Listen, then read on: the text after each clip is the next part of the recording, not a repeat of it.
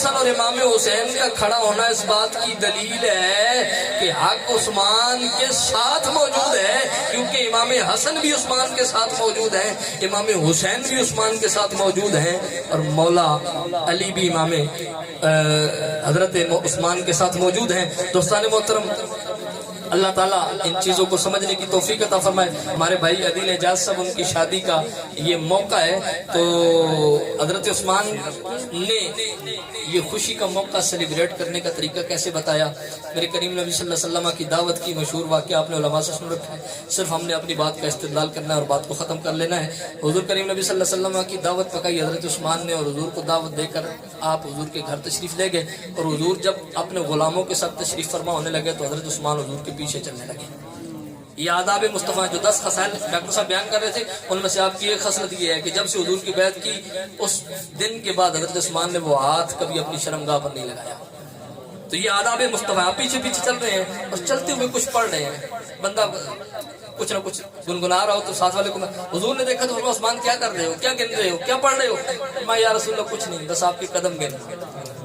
اب آپ کی بات سمجھ میں آ جائے گی۔ فرمایا آپ کے قدم گن۔ فرمایا عثمان ہمارے قدم گن کے کیا کرو گے؟ فرمایا یا رسول اللہ میرے اپنے گھر سے لے کر میرے گھر تک آپ جتنے قدم اٹھا کر آئیں گے، فرمایا عثمان کیا کرو گی؟ اور یہ آپ کے خصائل میں سے حضرت عثمان نے جب سے کلمہ پڑھا، آپ نے فرمایا وہ جو 10 خصلتیں ہیں ان میں ایک یہ بھی ہے کہ جب سے آپ نے کلمہ پڑھا ہر جمعہ کے دن آپ غلام آزاد کیا کرتے تھے۔ فرمایا یا رسول اللہ قدم اس لیے گن رہا ہوں کہ جتنے قدم آپ چل کے جائیں گے نا، ہر قدم کے بدلے عثمان غلام آزاد کرے گا۔ حضرت عثمان نے یہ بتا دیا کہ خوشیاں کس طرح سیلیبریٹ کی جاتی ہیں، خوشیاں کس طرح منائی جاتی ہیں۔ خوشیاں صرف ڈھول ٹمکوں سے نہیں منائی جاتی، حضور سے بڑھ کر کون مہمان ہو سکتا ہے، اور حضور سے بڑھ کر کسی کی آمد کی خوشی ہو سکتی ہے۔ لیکن عثمان نے بتا دیا کہ ہم یہ خوشی بھی مصطفیٰ کے نام پر اس طرح قربان کر رہے ہیں کہ حضور کے نام کے غلام آزاد کر رہے ہیں۔ تو دوستان محترم،